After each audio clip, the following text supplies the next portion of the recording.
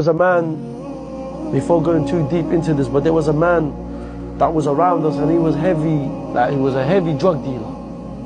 And there was a time when I came out of prison, the brother jumped on FaceTime with me. I remember he jumped on FaceTime with me, and during FaceTime, he gave drugs to an addict. And in that situation, when he gave them drugs to the addict became like, he was overdosing. He was starting to have fits. He had white stuff coming out of his mouth, and the brother was laughing, Muslim brother. He was laughing on the phone to me. He's like, look bro, my food is 10-10, 100% pure. Look at what it's doing to this addict.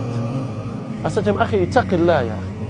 Fear Allah. Because if this person was to die and pass away and return back to Allah, his death is in your hands. Because you gave him that drug.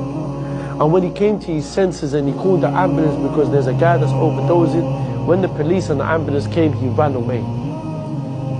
The same brother that didn't leave that street life is now the same brothers that's doing 34 years in jail. And we gave him advice, bro. Akhi, the advice, it may not have come from me, but advice came from the Prophet Muhammad sallallahu alaihi wasallam. The evidence came from Allah subhanahu wa ta'ala. The evidence came from the Quran and the Sunnah, and because he neglected and delayed his timing with Allah subhanahu wa ta'ala, Allah put him in where he deserves. He's doing 34 years in jail now, bro, for a murder. And what's he doing? And where did it stem from? It stemmed from being in a bando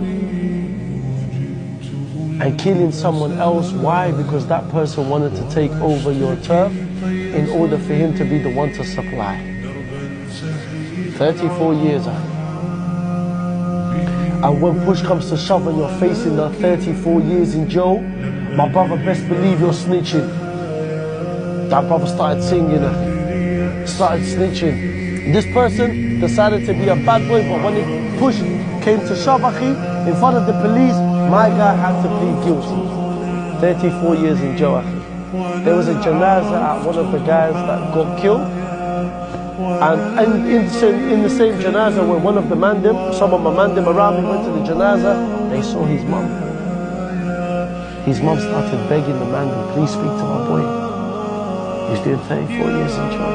He's got no one else to talk to. No one's writing him letters. No one is sending him money. It is me.